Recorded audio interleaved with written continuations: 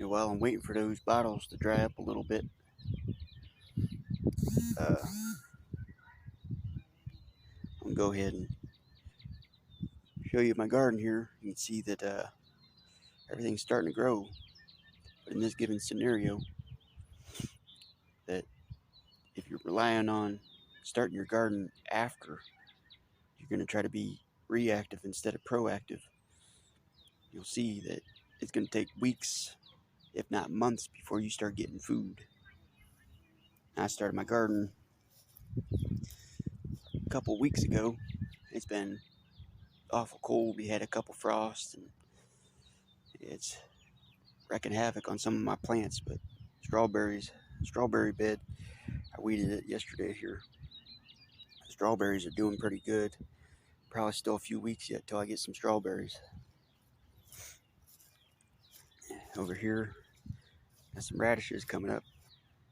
But as you can see, the other stuff, it didn't really like all that cold that it was dealing with. This bed, it's kind of the same thing. It didn't really like none of the seeds that I put in on this side. Didn't really like all that cold. None of them sprouted. You see the peas over here though. The peas, they're trying to thrive. But again, I'm probably a month away before I get any peas, maybe even longer. And over here, I got all sorts of berries. And blueberries here, blackberries there, and raspberries. Two different kind of raspberries down here. But for that stuff, we're fucking potentially a year or two away before that stuff starts producing. So be proactive, not reactive. Don't wait until something happens and then you think you're going to figure it out then. You need to come up with a plan and start preparing before any scenario actually happens. And then you have this sort of stuff to fall back on. But again, nothing follows that sort of timeline. So things happen whenever it happens. It's not when it's convenient for you. So always have a backup plan. Redundancy is key. Have a backup for your backup. Plan A, Plan B, and Plan C. If all those fail, make sure you have a Plan D too, because you just never know what's going to happen, and it might be your life on the line. It might be your loved ones on the line.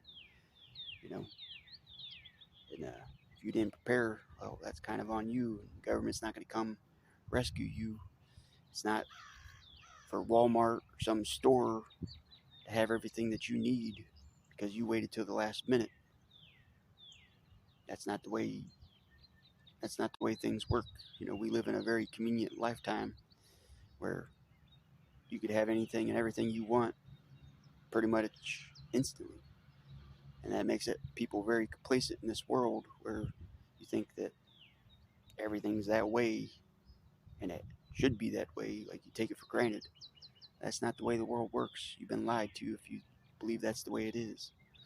You know, get out of that mindset, start thinking about how long it actually takes to grow your own food and what you're going to do to be ready and to be prepared if some crazy, apocalyptic scenario were to happen and suddenly you're off grid and there's no stores open, there's no, city water, there's no, there's no gas for heating, cooking, that sort of thing.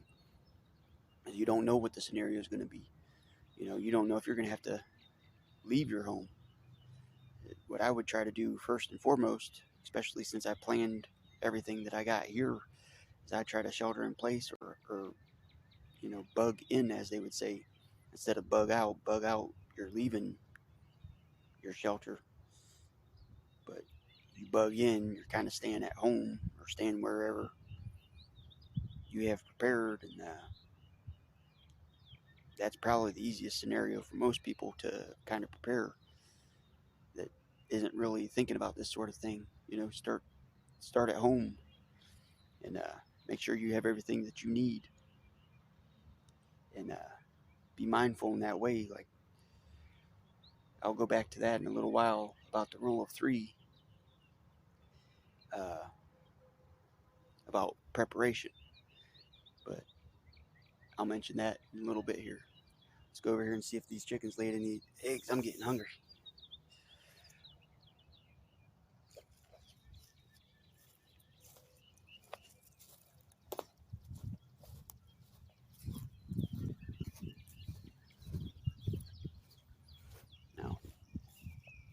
as you see, I don't spray my yard. I got dandelions all over the place. Now, I'm aware that you could eat all parts of a dandelion. You could eat the flower, you could eat the stem, and the root. I've never did it, and if I had to, I know that I could, but I'm not going to do it in this scenario because I'm not up to par on exactly what that entails as far as how to know if they're clean or not, which they should be, because like I said, I don't spray my yard, but my neighbors do. So I don't know how far that sort of chemical spreads.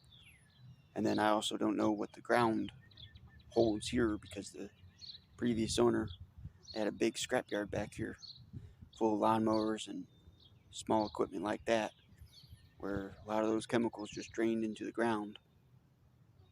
And if I dig anywhere around here, I find rust and broken glass and stuff like that. None of that stuff you want to really have mixed in with your food. And then also, I don't know if birds or bugs or anything like that's been on these flowers, and there's feces or anything like that. So I don't know if there's a certain way to clean this sort of thing, or if you just eat it raw and just kind of roll the dice and hope everything goes right. I mean, if you're starving, you might have to do that, but I'm not going to do it unless I'm starving, and I wouldn't advise you to either. Let's go see what these chickens have here. Hey, chickie, chickie. What you doing? What are you doing? What are you doing, baby? He's a birdie bird. He's a birdie bird. Yeah. How you doing? I don't got no treats for you right now. Yeah. You got some treats for me? Where's your eggs at? Let's see if you got some eggs in here.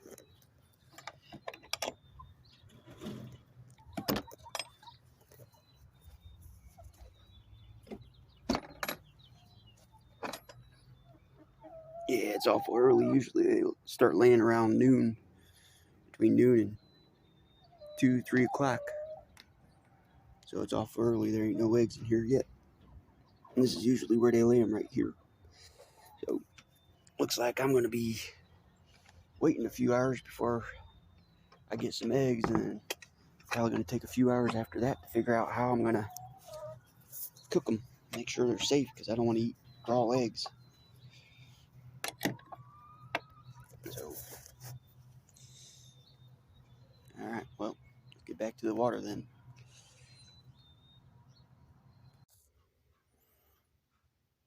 So here's breakfast, lunch, and dinner. The chickens, they finally laid a couple eggs. It's about 4 o'clock. And I'm going to try to do is wrap these eggs up in aluminum foil, the shiny side in and the dull side out, figuring the dull side will absorb more heat instead of reflect it. I'm going to set it outside in the sun, and we're going to see maybe an hour or two if these eggs hard boil or what. And that's probably what I'm going to be eating for all of today, because I don't really have anything else that I was able to come up with. My garden isn't producing yet, and I didn't plan to go fishing or anything like that to catch some sort of food or anything. So luckily enough, I had some chickens. This is part of my prep of, this is something I've already been doing, and I think everybody should have chickens. I only have 6 chickens, and they're happy and healthy, and they don't even have a big area. I don't let them out running wild because I have a lot of predators around here. I built an enclosed run, and then I built a temporary run outside of that. It doesn't have a roof. It's just open, and they're able to jump out if they wanted to, but they don't seem to care to. And on a sunny day like today, you'll see that they're all inside their enclosed run that has a roof, because of the shade. They don't even want to be in the sun, and they'll probably come out running when I come out there. But I'm going to set this little package of eggs over on their roof because the roof is asphalt. It's black. And I figured that's probably absorbing the most sun. And it's already hot to the touch, right? So I figure I set these eggs inside the aluminum foil on top of that roof. In probably an hour or two, I should have some hard-boiled eggs to eat. We will see. Alright, I'm out here at the coop, and I set my eggs on top of this little roof. That's the egg box. So, yeah, I want to say too, I've never did this before, so I don't advise it. I don't know how this is going to turn out.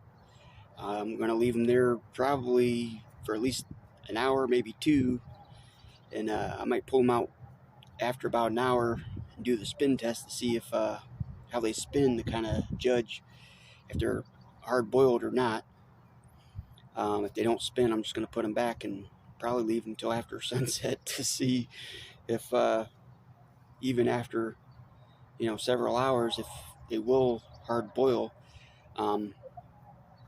Yeah, I definitely think that I probably should build a sun oven, and that's something I'm definitely going to end up doing, because that's something that I haven't really thought about. But this is what you do when you're not prepared like me. You improvise and you come up with a plan B or a plan C, and if you have no choice, you got to try something. I mean, I have eggs, but if I don't cook them, that's a bigger risk. I don't want to eat raw eggs, and I know my chickens are clean and safe. I keep the coop clean and their area clean and all that, but in a situation like this, like the real situation, you certainly wouldn't want to take a risk, because that might compromise the whole thing. You might eat bad food, and then you have a whole different problem on your hands than just trying to survive in general, you know. But so this will be an interesting experiment here. See how it works out. I got 4 eggs in there. I got 4 eggs from them. They usually produce about 5 or 6 a day. So there might be 1 or 2 later on, which I'll probably end up leaving in the coop or setting out somewhere and having those for tomorrow, because as it looks right now, I'm probably going to have 4 eggs. I don't really have anything else that I prepared or planned.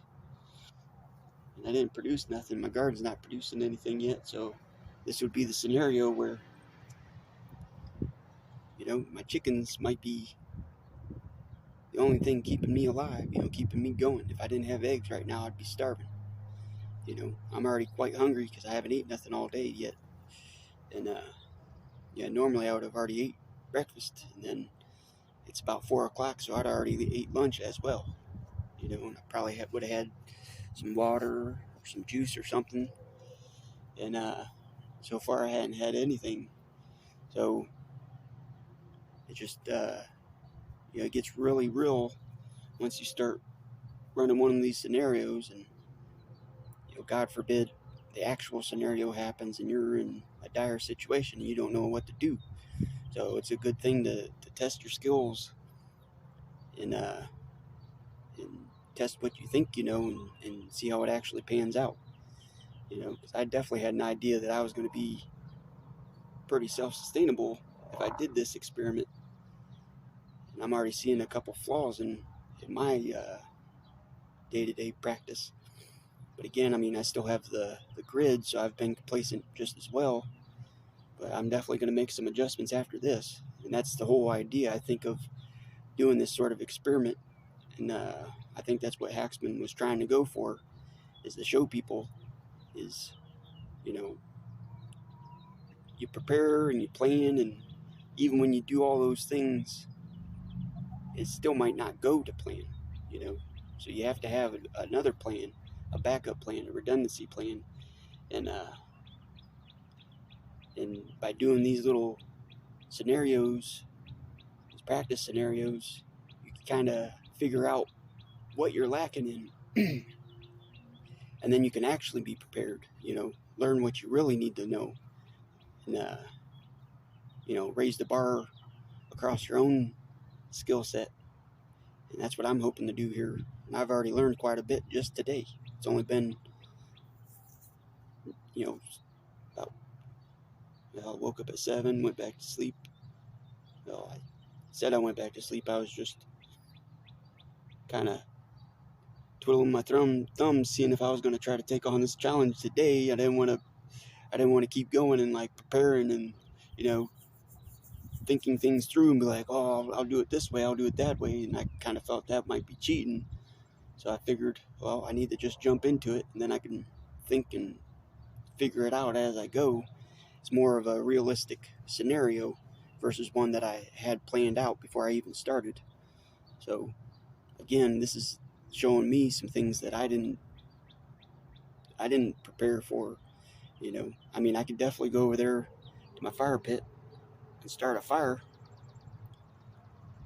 but right now I don't have a skillet or nothing I can put on that fire. I have pots and pans to put on the stove, but if I use one of those and they have the Teflon uh,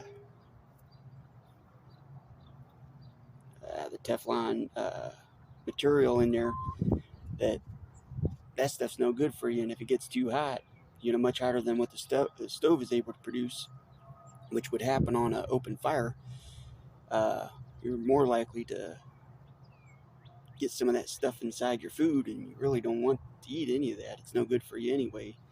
But that's something else that I'm lacking. I need a skillet, something that I could use on an open fire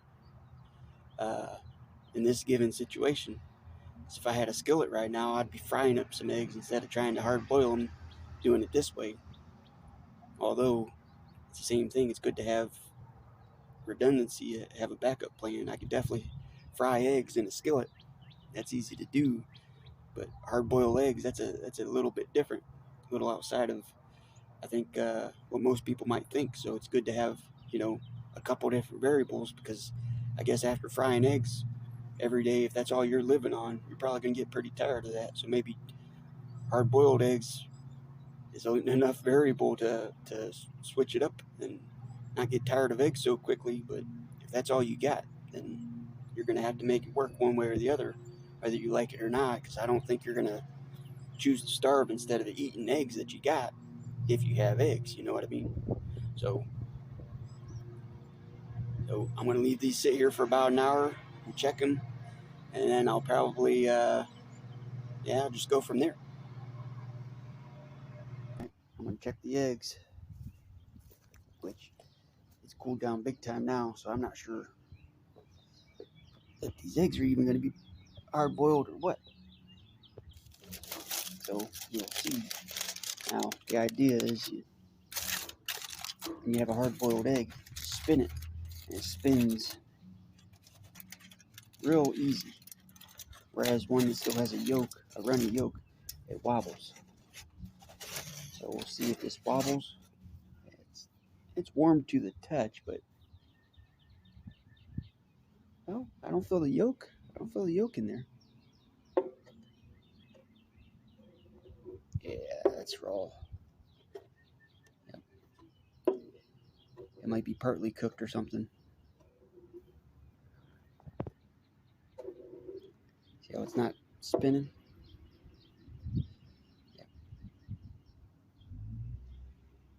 Yeah, I don't think that's going to be safe to eat.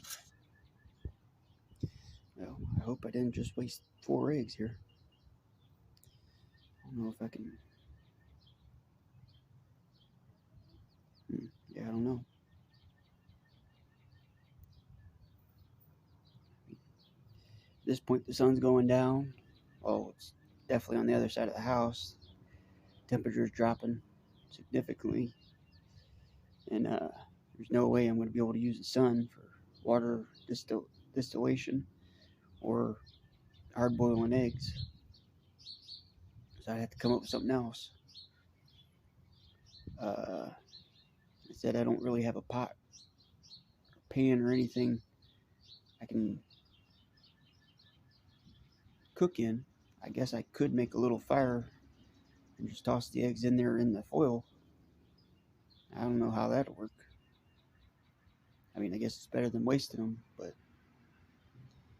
once you clean these eggs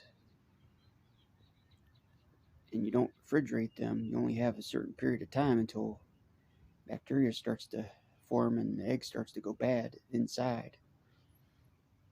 Now, I don't know the perfect science to that, so I don't know if these eggs are good or not. And I don't know if I cooking them now, even if it worked by setting them in the fire inside the foil, it still might not be safe to eat. So I don't know if this is something that I want to do. I sure as hell wouldn't want somebody else to do it. Because I don't know. I've never did it myself. But that's the type of things that you learn doing these types of experiments here.